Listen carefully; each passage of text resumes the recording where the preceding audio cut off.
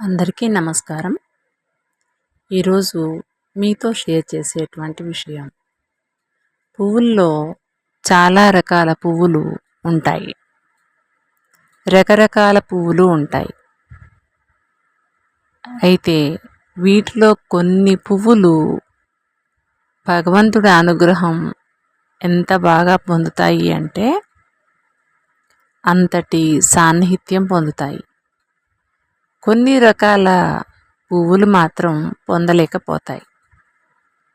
ఈరోజు భగవంతుడి సన్నిధిని పొందేటువంటి పువ్వుల గురించి మాట్లాడుకుందాం.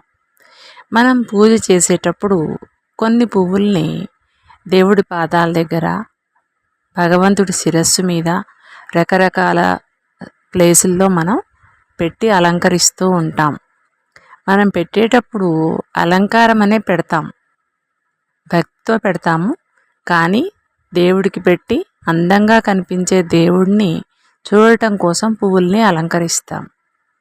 మరుసటి రోజు ఆ పువ్వుల్ని తీయాలని మనం ప్రయత్నించినప్పుడు విగ్రహాలే కదులుతుంటాయి, కానీ పువ్వులు మాత్రం బయటికి రావు.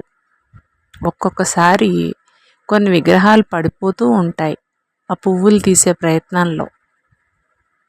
అంటే చూసారా, పువ్వులు ఎంత గట్టిగా పట్టుకున్నాయో దేవుణ్ణి.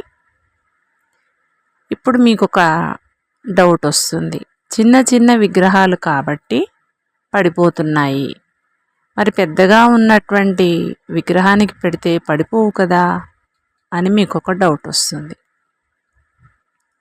పెద్దగా ఉన్న విగ్రహానికి అలంకారం చేసినప్పుడు కూడా మనము ఆ పువ్వుల్ని, ఆ నిర్మాల్యాలని తీసేటప్పుడు ఈరోజు పెట్టిన పువ్వుల్ని పువ్వులు అంటాం, రేపు తీసేటప్పుడు నిర్మాల్యం అంటాం.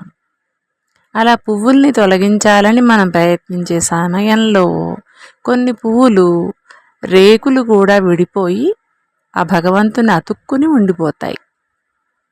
మరికొన్ని పువ్వులు విగ్రహాలు చిన్నగా ఉన్నప్పుడు విగ్రహాన్ని కూడా పడేస్తాయి, కానీ పువ్వు మాత్రం ఊడి రాదు. అంటే దీని అర్థం ఏమిటి? భగవంతుణ్ణి అంత గట్టిగా పట్టుకున్నాయి అని అర్థం. చూడండి, పువ్వు జన్మ ఎంత సార్థకమో కదా. భగవంతుడే ఆ పువ్వు నుండి విడిపించుకోలేక కింద పడిపోతున్నాడు. అంటే అంత గట్టిగా పట్టుకుంది ఆ పువ్వు. అలాగే ఏ మానవుడైనా సరే, మానవుడు అన్నప్పుడు స్త్రీ పురుషులు ఇద్దరూ వస్తారు. అంతేకాని ప్రత్యేకంగా స్త్రీలు పురుషులు అని చెప్పవలసిన అవసరం లేదు. ఎవరైతే పువ్వులు పట్టుకున్నట్టుగా అంత గట్టిగా భగవంతుడి పాదాలను లేదా గురువు పాదాలను పట్టుకున్నప్పుడు మనల్ని ఆ దైవం నుంచి కానీ గురువు నుంచి కానీ ఎవ్వరూ విడదీయలేరు. విడదీయాలని ఎవరైనా ప్రయత్నించినా ఆ పువ్వుల్లాగే మనమే సగభాగంగా విడిపోయి గురువును పట్టుకున్న మన చేతులు గురువు పాదాల మీదే ఉంటాయి, మిగతా దేహం మాత్రమే ఊడి వస్తుంది. అంటే మన మనస్సు ఆయన పాదాల మీదే ఉండిపోతుంది.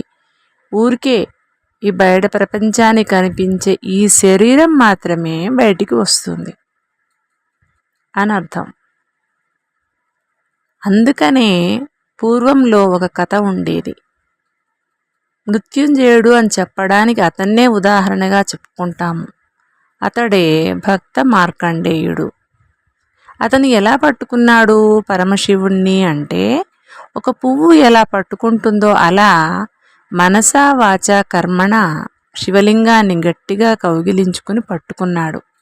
నువ్వే దిక్కు పరమేశ్వరా, నిన్ను విడిచి నేనుండలేను అని అలా గట్టిగా పట్టుకున్నాడు. అప్పుడు యమపాశం వేశాడు యమధర్మరాజు.